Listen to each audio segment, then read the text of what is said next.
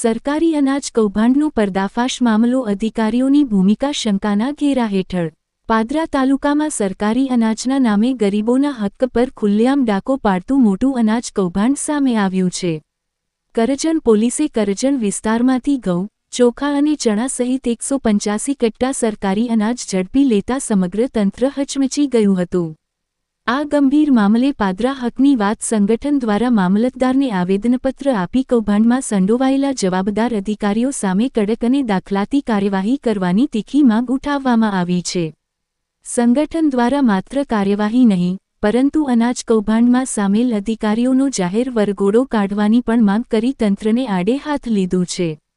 ઉલ્લેખનીય છે કે સંગઠનના પ્રતિનિધિ વિકી શ્રીમાળી દ્વારા એક સપ્તાહ અગાઉ જ પુરવઠા અધિકારીને સરકારી અનાજના વિતરણમાં ચાલી રહેલી ગેરરીતિઓ અંગે લખિત રજૂઆત કરવામાં આવી હતી, છતાં તંત્ર મૌન રહ્યું અને આશ્ચર્યજનક રીતે રજૂઆત બાદ માત્ર એક જ અઠવાડિયામાં અનાજ ચોરીનું કૌભાંડ ઝડપાતા તંત્ર સૂતું હતું કે સહભાગી? એવો સવાલ હવે જનતા પૂછી રહી છે। ગરીબના હક્કના અનાજ પર હાથ ફેરવાતા હોવા છતાં સમયસર પગલાં ન લેવાતા પ્રશાસનની નિષ્ક્રિયતા અને સંદિગ્ધ ભૂમિકા સામે ગંભીર પ્રશ્નો ઊભા થયા છે। હાલ સમગ્ર મામલે વધુ તપાસ ચાલી રહી છે, પરંતુ જનતા હવે માત્ર તપાસ નહીં, દોષિતોના નામ અને કડક સજા માંગે છે।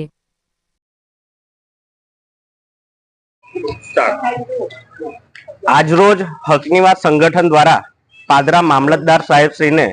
એક આવેદનપત્ર આપવામાં આવ્યું છે। આ આવેદનપત્ર અનાજ જે સસ્તું અનાજની દુકાનોમાં જે ગેરરીતિ થાય છે તેને અનુલક્ષીને આવેદન છે અને ખાસ કરીને હકની વાત સંગઠન દ્વારા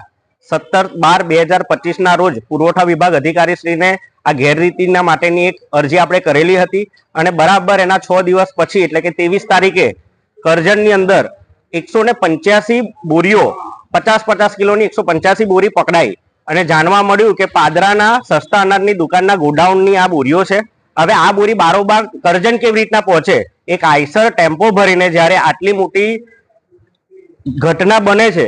કે આટલા હજારોની સંખ્યા, હજારો કિલો સંખ્યાની અંદર અનાજ આજે બારોબાર કરજણ સુધી પહોંચી જાય છે, તો એ કોની રહેમ રેજર હેઠળ પહોંચતી હશે? કયા અધિકારીઓની એની અંદર સંડોવણી હશે? એટલે ચોક્કસપણે આ ચોરી અને આ કૌભાંડ એ સાબિત કરે છે કે અનાજ ચોરો એ પાદરાની અંદર સસ્તા અનાજની દુકાનની અંદર ગરીબોના અનાજ બારોબાર બીજી જગ્યાઓ પર વેચી દે છે અને ગરીબ જનતાને આ અનાજ પહોંચતું નથી। એટલે મામલતદારશ્રીને અમે રજૂઆત તો કરી જ છે, સાથે સાથે આ અધિકારીએ 6 દિવસ સુધી શું તપાસ કરી છે તેની પણ અમે માહિતી માંગી છે અને આવનારા સમયની અંદર જો આવી રીતના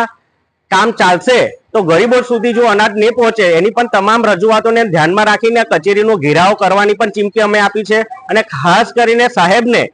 જે મામલતદાર સાહેબ આ પાદરા તાલુકાના વડા કહેવાય તમામ કચેરીઓના, એમને અમે બિલોડી કાચ આપ્યો છે કે સાહેબ તમે પાદરા તાલુકાના દરેક ગામ સુધી તો પહોંચી ના શકો, પણ ઓફિસમાં બેઠા બેઠા આ બિલોડી કાચથી તમે બધાની ઉપર નજર રાખજો,